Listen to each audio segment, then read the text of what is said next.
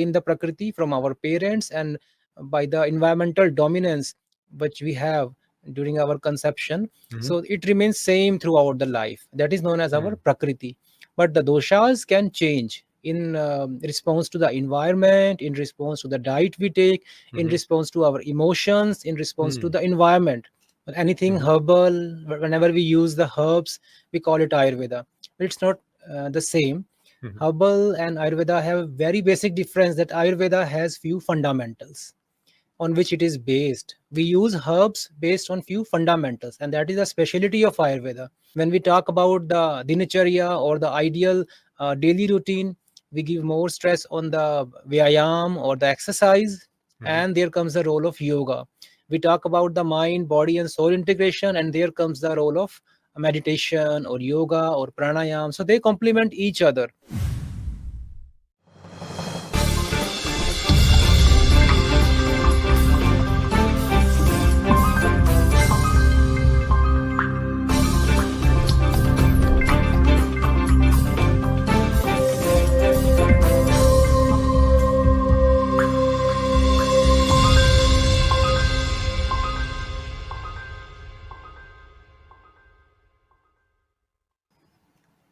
Hello and welcome to yet another episode on HealThyRam Yes to Yoga Talk series. This is a very special one, and I thought it's very special because there's a lot of confusion and misconceptions about Ayurveda. So this is the topic, yoga and Ayurveda. And Ayurveda, as we all know, is, or rather in the world, the oldest system of medicines. And I thought, who better to get in our studio today than the man himself, who's an expert on Ayurveda. So a very warm welcome to Dr. Sandeep. Welcome to the studio. Thank you very much. I'm feeling very nice to be here in the studio at your platform, HealThyRam, where we will be conducting the Ayurveda consultations in future as well. Thank you again. Yes, absolutely. So you can take consultations from Dr. Madan on healthyram.com, and if you have any troubles at all. So back to the topic. So Ayurveda is, Dr. Madan, we all know it's one of the oldest system of medicine, more than 5,000 years old, from India, of course. And so what exactly is Ayurveda for a lay person? How would you explain it to a lay person? Yeah, basically, a layman understands Ayurveda by labeling it like a herbal. But anything herbal, whenever we use the herbs, we call it Ayurveda. But it's not the same. Herbal and Ayurveda have a very basic difference, that Ayurveda has few fundamentals on which it is based. We use herbs based on few fundamentals, and that is a specialty of Ayurveda. So Ayurveda basically is a Sanskrit word, and it means the science of life. Ayur means the life, and the Veda is science or wisdom. So basically, we believe that all the knowledge, knowledge on Hindu philosophy, on Hindu medicine, that is Ayurveda, they came from the Vedas, and that is the origin of Ayurveda as well. So it's a 5,000-year-old medical practice, which is being continuous. Many practices came in the world, and they got discontinued, then they came again. But this is the only longest Indian medical practice that has been practiced in the world, and we feel very proud that we are Indians, and we are having this great knowledge, which is relevant to this time as well because of its strong fundamentals. Right, absolutely. So what is the connection with yoga, and how is yoga related to Ayurveda? So can you help establish the connection for us? Yes. So as I told, Ayurveda, the knowledge came from the Vedas only, and the knowledge of yoga is also, the origin is again in the Vedas only. So they are the sister pathies. They're complementary to each other. When we talk about the dinacharya or the ideal daily routine, we give more stress on the vyayam or the exercise, and there comes the role of yoga. We talk about the mind, body, and soul integration, and there comes the role of meditation or yoga or pranayam. So they complement each other. We don't want to do vigorous exercises. We don't want to advise people to gymming and other things. But yoga is a ideal exercise that one should adopt to his lifestyle, and they complement each other. I will say on in the last word that they complement each other. They have the same origin. That is why we believe on yoga more than on any other kind of exercise. Right. So it's more of a way of life rather than just saying that it's a system of medicine, right? Which Ayurveda probably Mhm. uh, Right. asks people to follow. So now, what's the importance now in Ayurveda? There's, you have the doshas and so many other things. So people, it's we're confusing for I guess for many, Mhm. to help understand. So what exactly? There's the Panchmahabhutas as well, the five elements, and then you have the doshas, then you have your Prakruti and the Vikruti. So if you can just explain, very Right. quickly what all this is and how do you put that to context so that Mhm. people, it becomes easier for them to understand. Right, right. The very nice question. So, Ayurveda believes that yatha pinde tatha brahmande. Whatever is Mhm. in the universe, that is in our body. Whatever is in our body, that is in the universe. So that is basically we have the fundamental of five basic elements. Everything is made up of Akash, Vayu, Agni, Prithvi, and Jal. So we derive the energy from these five elements, and these five elements in our body are Mhm. represented by Vata, Pitta, or Kapha, or the doshas. They are three in number: Vata dosha, the prime dosha, then Pitta dosha, and Kapha dosha. So everybody has five elements. The, Mhm. uh, the percentage is different. So that is why Vata, Pitta, Kapha, everybody has three energies in the body that drives the body, but their constituents, their percentage is very different. That is why we have different nature, different body structure, and that Mm. we call it as Prakriti. So by birth, we gain the Prakriti from our parents, and by the environmental dominance which we have during our conception. Mhm. So it remains same throughout the life. That is known as our Mm. Prakriti. But the doshas can change in response to the environment, in response to the diet we take, in Mhm. response to our emotions, in response to Mm. the environment. So, if one has knowledge about what exactly is happening in terms of doshas in our body, Mhm. we can very easily balance those through the medicines, through some lifestyle changes, and that is the trick how Ayurveda doctors can help you be more healthier. Right. Right. So you spoke about the five elements. But now how exactly do you define Vata, Pitta, and Kapha? So, like Mhm. everybody has, you mentioned no two individuals are alike. So, and as you said that their constitution or the prakritis would also be different. So the percentage of these three elements or the doshas rather Mhm. would be different as well. But what is Vat, what is Kaf, and what is Pit? Pitta. Okay. So Vata is basically the prime dosha. Hmm? Any movement in the body is because of Vata. Be it a physical movement like you are walking, you are running, that is because of Vata. You are So is that the thinking. air element? Pardon? The air, It's Vata is relevant the with air the air. element? Yes, yes, Okay. of course. The five elements, the composition of Vata is from air and space. So Ah, they make up the Vata dosha in the body. So right. any movement, any energy in the body, like we are Hmm. thinking, we are imagining something, that is also Vata. We are running, our heart is having heartbeats, our blood is circulating in the Hmm. body, they are all into the motion. So this one is governed by the Vata dosha, it's controlled by the Vata dosha. Interesting. So, uh, I sorry, I'm interrupting here. So if you say the Vata element is the space and air, mhm. so which means people who are creative by nature have a dominant Vata the dosha in them. Right, right, Would right, that be right, right right. to say? Yes, yes, yes, yes. These people are very creative. That is the positive side of being a Vata personality. And the But negative yes, side? negative side is being stressful. They are Okay. very, they cannot remain calm, Hmm. composed. They always have something in their mind. They suffer from insomnia, sleep issues. Ah, That is the negative side. So any movement, if it is balanced, we will say that Vata is balanced. We are Vata right. personality and it is balanced. When it is imbalanced, then that will cause some disease. So if somebody is, say, lost in their thoughts, or somebody spaced out, kehte hain ki, oh, Right, right, right. he's spaced out.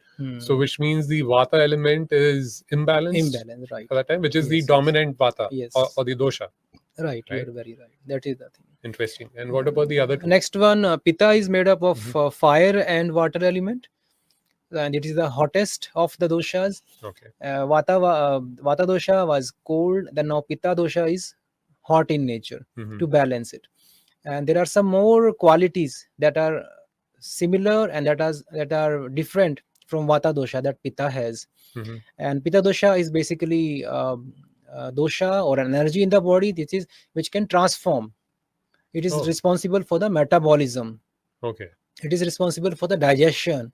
It is responsible for our body temperature, and it is responsible for our intelligence as well. So all these qualities, they are governed by the Pitta dosha. So if somebody has the Pitta dosha imbalance, then you could have fever, Fever, or you or could one can feel have people. aggression Okay. as well. Yeah, these are the Hmm. negative aspects of being having more Pitta in the body.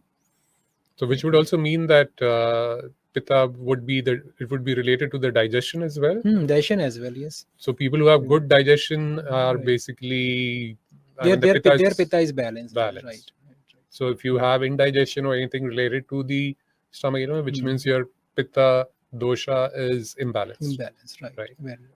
Okay. Right. And the third And the one? last one is the Kapha dosha, Mhm. which is made up of water and earth element. It is the heaviest of dosha. It is cooling in nature. It is heavy. It is sticky. Mhm. So they are the qualities. It is greasy. They are Oh. the qualities of Kapha dosha, because with Vata we will be having lightness in the body, movements in the body. With Pitta we will be having heat in the body, digestion, metabolism in the body. So we need something which is grounding. Right. We need some immunity as well. We need Mhm. some greasiness or coolness also. So that is given by the Kapha dosha. Kapha bead is the it gives the basic structure to the body. It gives stability to the body. It gives the immunity to the body. So it is also very important. So all these three, when in balance, they make the healthy body and Okay. mind. So it is very important to understand all these three doshas, what are their Mhm. characters when they are balanced, and what happens when they are imbalanced. So we have the remedy to make them balanced through the medicines, through some practices and changes in our lifestyle.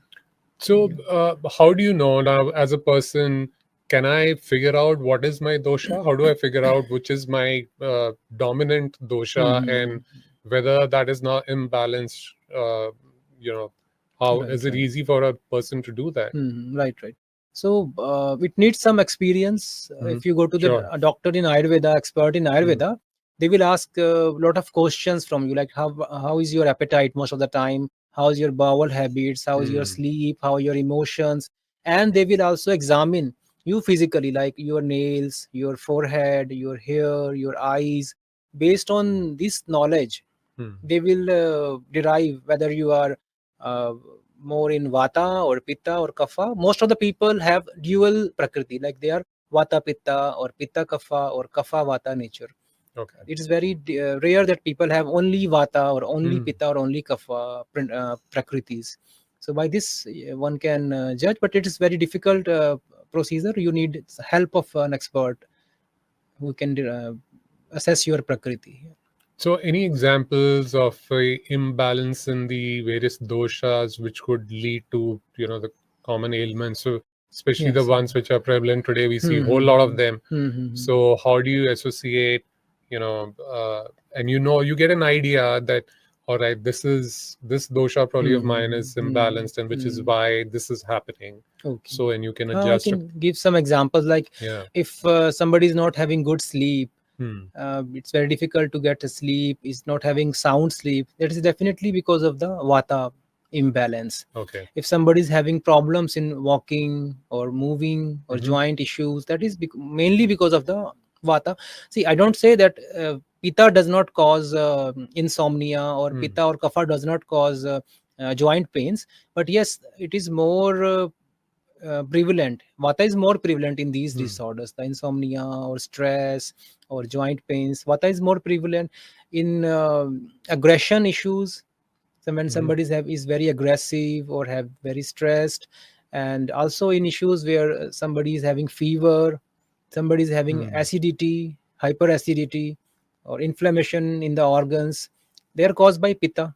They are Okay. more caused by pitta. And the person who are getting more obese, they are having issues with the high cholesterol Mhm. and very low basal metabolic rate, like in thyroid problems and Hmm. other hormonal disturbance. They have more kapha type of issues. Okay. So this is in general that one can derive whether he's having vata or pitta or kapha issues, but it's not very simple. Like a disease Hmm. like joint pain, Ayurveda believe there are all the doshas are involved in it, and vata, if prominent, you will have more pains. If pitta is more prominent, you will have inflammation in the joints. If kapha is more prevalent, you will have swelling in the joint. That is Hmm. very theoretical in nature, but in a very superficial way, you can say that pains are caused by the vata, inflammations are caused by the pitta, and Okay. swellings or heaviness, they are caused by the kapha dosha. Mhm. So, can you share some practical ways of balancing these doshas? I mean, common examples that how would you do, and how does Mhm. Ayurveda approach any ailment or any disease? So, is that different from the modern medicine or the Western Mhm. medicine, in which obviously that's Ayurveda? We do have um, people following Ayurveda as well, Mhm. but how does Ayurveda approach all these? Yeah. The basic aim of Ayurveda is to prevent the diseases. Hmm. That is the preventive approach. Right. So these days, everybody's giving more stress on the prevention, Hmm. prevention of COVID, prevention of these even infectious diseases, prevention of Right. wear and tear problems. But Ayurveda, the prime aim was prevention, Hmm. making a healthy person healthier. That is the main aim of Ayurveda. So Hmm. wellness is more linked with the Ayurveda therapy. Second aim is to cure the disease. Hmm. So for preventing the problem diseases, there are a lot of aspects, like Ayurveda guides about the lifestyle. Hmm. And in lifestyle, we have dinacharya, like every day what you should follow, when you should wake up, how much Hmm. exercise you should do, how should be your meals. And second aspect is the seasonal regime that which one should follow, like Hmm. in winters what exactly you have to make changes in your diet, how exactly you have to make your turn your lifestyle. And in summers we have different lifestyles. That is one aspect. Then diet is a very important Hmm. aspect on which Ayurveda works. What you should eat, what should not eat when you are not feeling healthy, when you are Right. having some issues. That is very important aspect that Ayurveda believes. And apart from this, making mind, body, and spirit into an harmony through Hmm. meditation, Ah. pranayama, yoga, that is also integral part of an Ayurveda consultation. So once you integrate all these aspects, like your daily routine changes, seasonal routine changes, your diet, and yoga meditation, along with some herbal supplements and some medicines. And another thing I forgot to mention is the panchakarma Hmm. therapies. Like there are some massages, there are some therapies, stress management therapies Hmm. that your doctor can advise. So if you integrate all these things, now it's very effective and very Right. safe and very effective way of managing these problems, basically lifestyle disorders these days. Right. So it's not just the food alone or the Hmm. medicines, but then, as you mentioned, so there is the touch aspect or the touch therapies, which would be your panchkarmas and everything and all Right. those which you one would need to do, and then meditation and yoga and Hmm. all of that.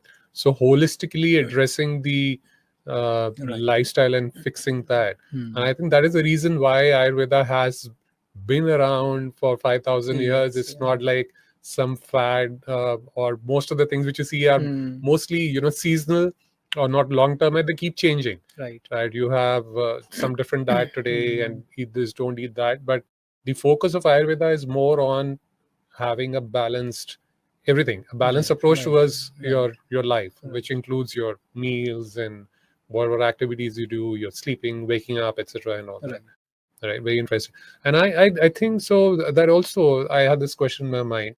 So you do have Ayurveda for human beings, of course.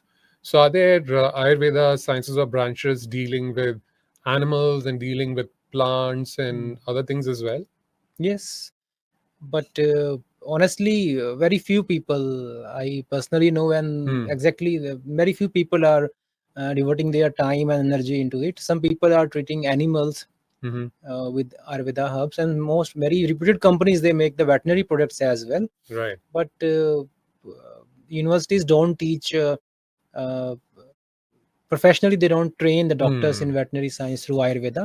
And some people are following the Vriksha Ayurveda. They have great knowledge Hmm. about how to keep the trees around us, how to keep how they can manage the problems in Hmm. these herbs. But yes, they are not practiced very popularly. Very few people are engaged in these. Right. So, because I guess man is part of nature, so Hmm. nature is part of him. As you said, the universe is outside, and the same universe is within you too. Hmm. So, I guess Ayurveda touches every aspect of your life. So, but one thing that one keeps hearing about, whether it's a misconception or whatever, I mean, information that keeps floating, or not information, but at least people have the back of the mind, and you keep hearing people saying that Ayurveda is not really very healthy or right because it uses metals for treatment, right? You have these elements in the treatment. You have this swarna bhasma and the Right.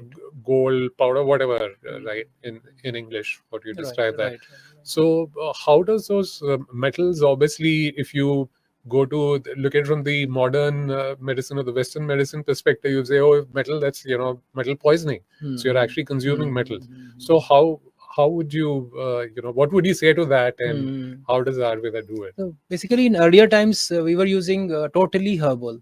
Hmm. After 16th century, there came concept of rasa shastra, in which we use the metals, Hmm. minerals present around us. Right. But there is a peculiar method of purifying them, Hmm. and a method of preparing these bhasmas or the metal-based formulations, Hmm. and they are very safe. There are studies. Hmm. There are so many journals that have done acute and chronic toxicity studies on animals and even on humans, that they are very safe. But Right. yes, if one will not take care in preparation of these medicines, Hmm. they will not purify it correctly, or they won't use it as told in the text, then definitely there is going to be problem. And when an Ayurveda expert is giving these Hmm. medicines, metal based medicines, to Right. his or her patients, he definitely checks whether his liver functions or kidney function are not compromised. But Ah. if a layman will take buy these medicines from Hmm. the market and start using without the knowledge of, without Hmm. supervision of a doctor, then nobody can save. Right. Nobody can have word. They can have bad effects on these Hmm. organs, definitely. That's so true. I guess that applies. A very important point there, that you should not self-medicate. Right. That applies to, of course, any and Mhm. everything. And for that, of course, we come back to the point again that please log on to healthyram.com, and you can take consultations from Dr. Madan, and so that you have the right treatment, the right diagnosis as per your dosha imbalance or whatever that you're going through. And it's not just the physical aspect of it, but Ayurveda addresses the entire mental, physical, emotional, or rather, as we say in healthyram.com, it's about wellness of the body, mind, and soul. So that's what leads to a healthy life. All right, great. So now we have some questions as well, which have been coming in, and I'm sure the audience has that, and Mhm. I'll ask on behalf of the audience. Some of them even mine. So of course you have your digestion, and they say your gut is your second brain. Right. So because rightly so, what you eat is what you absorb, and obviously if you absorb some wrong nutrients or anything, then that Mm. would impact your health. So in that context, so what is Agni? Mm. What does Agni mean, and why does Ayurveda give so much of importance to Agni in preserving our health? Right. So Agni is basically our digestive power. Okay. If we can digest properly whatever Hmm. we eat, then we don't have the diseases, Hmm. because it digests a lot of toxins present in the diet, or Hmm. which are a byproduct of our digestion. So Agni is given a lot of importance in Ayurveda. Hmm. Jaఠragni or digestive power is one thing, but Ayurveda describes a lot more Agnis, like metabolic fire, metabolism. So Agni Right. basically is a term which take care of all the metabolism and digestion in the body. If our metabolism is good, if our liver is working correctly, our organs are working nicely, then we are healthy. And we select the quantity of our diet and the nature of our diet also based upon our Agni. So if a doctor is able to understand if you are having a healthy Agni or low Agni or high Agni, he will plan your diet accordingly and you will find benefit. You won't need even the medicines if you are working on your diet. That is the beauty of Agni. So Right. we often hear this word in Ayurveda. So when you're eating, can the what you eat and how you're eating also impact your metabolism or the Agni? So, for instance, there many things they say in Ayurveda that you should not mix this food with that food or something which would possibly be not healthy for you. That's the overall, of course, the advice. But then, so that obviously is impacting your Agni or your metabolism in some way, right? Right. So how should you have your meals? I mean, normal. I don't want to not too much into detail, but if you're having a meal, what should you take care of? Some do's and don'ts, basic do's and don'ts, which can help maintain your metabolism or your digestive fire. Right. So, if you know your Prakriti, you know whether you are Vata predominant or Pitta predominant or Kapha predominant. Then the next step is to ascertain your Agni. If you have the low Agni most of the time, then you should not go for the very heavy meals or the meals which take a lot of time to digest, like the Right. cheese or other beans which are very heavy to digest, like peas and other things. And if you are having very high Agni, you should not consume very light diet. You should not do too much of fasting because it will burn out your tissues, your stomach tissues as well. So the basic idea is to understand how much you should eat based upon your Agni and what food items you should avoid or take into your diet based upon your Agni. And what you shared about the mixing of the some food articles, that is known as incompatible diet. Right. Some food articles are incompatible to each other, like dairy products with meat, dairy products with salt, dairy products with fruit. They are the very common examples. We used to consume a lot of shakes, fruit Right. shakes. That is not a healthy diet as per Ayurveda. Okay. So you should have whole Yes, we should foods. hold. Only those people who have very strong fire, like who are doing a lot of exercise, who are having very strong fire, Agni, they can digest these type of combinations, incompatible foods. But yes, generally in general, they should be avoided for a long term uses. Okay. And other things also we take into consideration, like we should always consume the seasonal diet, whichever is present. We should not consume the frozen food or the stored items. Right. Whatever is coming into that growing in this season, we should consume that fruit or the vegetable only. Local produce also, Yes, locally importantly, produced. because Right. these days you get anything everywhere. Anything. So Yes. you start They having should be. what's not in your local produce. Right. Okay, let's look at the next question now. What is the next question that is come in? And okay, so the next question is, what is meant by ama or toxins in Ayurveda, and how can we, have I pronounced it rightly? Ama, yes, that Ama, is oh, right. right. And how can we prevent formation of toxins in the body? So this question is also next linked to the Agni only. When we have deranged Agni, then whatever we eat, if we eat a healthy diet as per our Prakriti, as per our season, that is going to produce the ama or the toxins in the body. Okay. And they accumulate in the body. Whatever reason they accumulate, like sometime they accumulate in the joints, then the person will have the arthritis. Sometimes Okay. they will accumulate in your brain and you will have migraine. That way will accumulate in your heart and you will have heart cardiac problems. That is how the diseases are produced. Wherever the ama is stagnant, there they produce the symptoms. So the basic thing, how we can prevent it, by managing your diet accordingly, whatever your Prakriti is, and taking care of your Agni. We have so many very simple home remedies, like consuming the ginger, making use of the black pepper, or some other spices like cumin. We can take care of our Agni. We can ignite the fire if we are not feeling very good appetite. So these are the simple remedies which definitely work, and they prevent the ama production in the body. Right. So great advice there. And we have time for just another question, probably a last question for the show. So the last one is somebody asking, I had dry skin and acne. how can I fix it with Ayurveda? I guess that's probably Hmm. somebody you do have normally in your growing period ages, in your Yeah. teens, but some of them have it probably later as well. Hmm. So important from that age group, I guess. So if it is this the problem is linked with the hormonal changes, Mm-hmm. we definitely advise a good diet based Mm-hmm. upon the Prakruti that is there.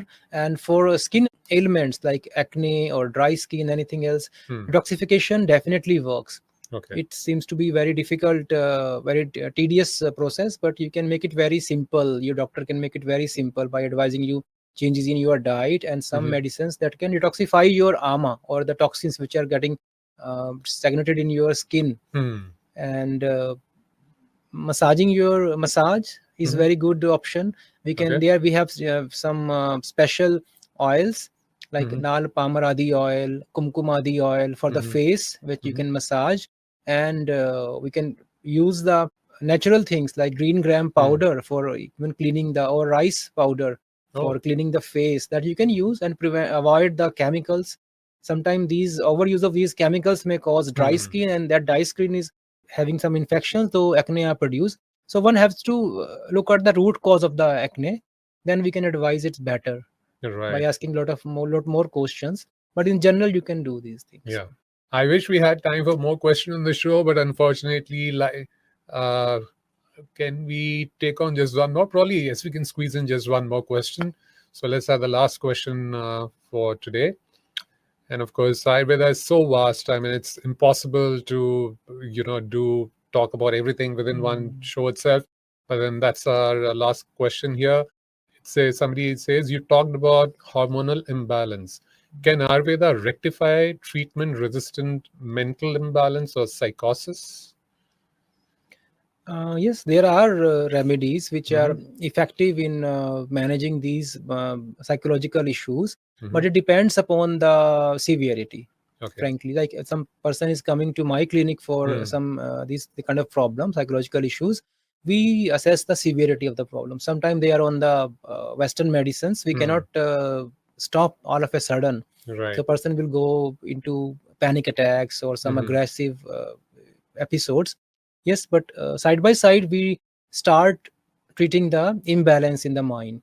We Hmm. start advising him about the meditation, the pranayama, Hmm. and some nootropic agents like Brahmi, Ashwagandha, Right. Tagar, Chatamansi. There are a lot of Hmm. medicines which are good for different symptoms like aggression or panic attacks or Hmm. anxiety or insomnia. We start using these medicines to our patients, and slowly they have a permanent solution for that.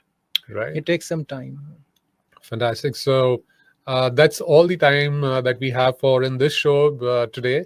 But it's a promise, and of course, that we would be back with more shows with Dr. Madan, and you can consult him as well on healthyram.com. So please do not miss out on the opportunity.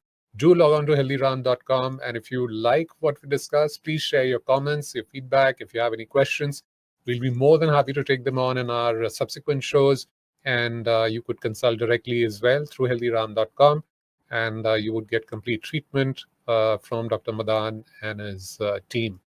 So we'll certainly be back for yet another episode to discuss more on Ayurveda and the different ailments and different aspects of Ayurveda and how it can help us in our daily life. So it's not just a system of medicine, it is a complete lifestyle. And thank you so much, Dr. Madan, for being on the show. It was really a pleasure to Thank have you. you with us, and of course, to have you on healthyram.com as well. So, all the viewers who are watching this, if you like what you see and hear, then please register for the consultations, and also do not forget to like, subscribe, and share the channel, because it's your love that keeps us going and bringing us with, for more content as well. So, till the next show, do take care of yourselves and follow us and follow the healthy lifestyle of healthyram.com. We shall see you soon. Bye bye.